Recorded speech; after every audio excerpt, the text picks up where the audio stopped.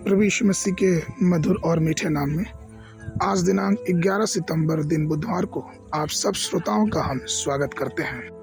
आज के दिन के लिए जो वचन है वो लिया गया उत्पत्ति की पुस्तक उसका 21 अध्याय 17 पद। वचन कहता है, परमेश्वर ने लड़के की आवाज़ सुनी और परमेश्वर ने उस लड़के की सुनी और उसके दूत ने स्वर्ग से हाजिरा को पुकार के कहा, हे हाजिरा, तुझे क्या हुआ?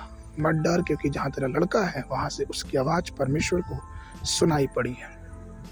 प्रिय हमारे प्रभु जो सूर्य चंद्रमा सितारों से बहुत दूर कहीं आकाश में विराजमान है, उनको हमारी आवाज़ें सुनाई देती हैं।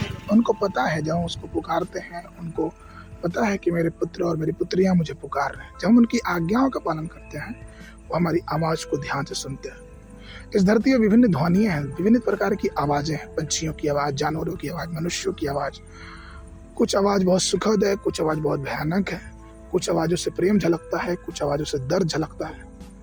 लेकिन इन सब आवाज़ों के बीच में आप ये बात जान के हैरान रहेंगे कि परमेश्वर हमारी बातों को सुनता है।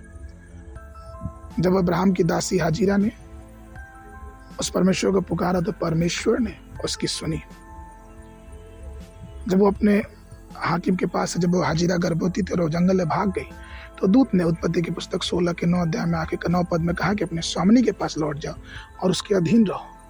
प्रियो, आपको मालूम, जब उसने उस दूत की बात मानी अर्थात आज्ञा का पालन किया तो परमेश्वर के दूत ने भी उसकी रक्षा की। इसीलिए उत्पत्ति की पुस्तक उसका 21 अध्याय 10 और 14 पद में जब इब्राहिम ने सारे के कहने पे हाजिरा को और उसके बच्चे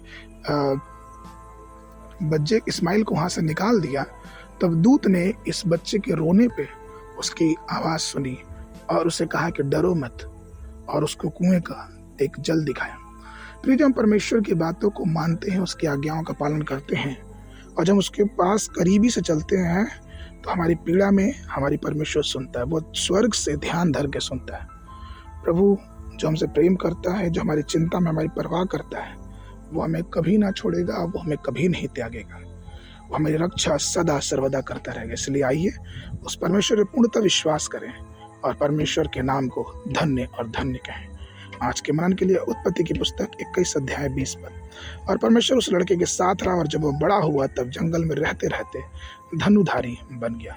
बाइबल अध्ययन के लिए सुबह के समय नीति वचन की पुस्तक उसका 10, 11 और 12 अध्याय, शाम के समय दूसरा कुरिन्थियों की पुस्तक उसका 4 अध्याय। परमेश्वर आप सबको बहुत आयत की आशीष देवे।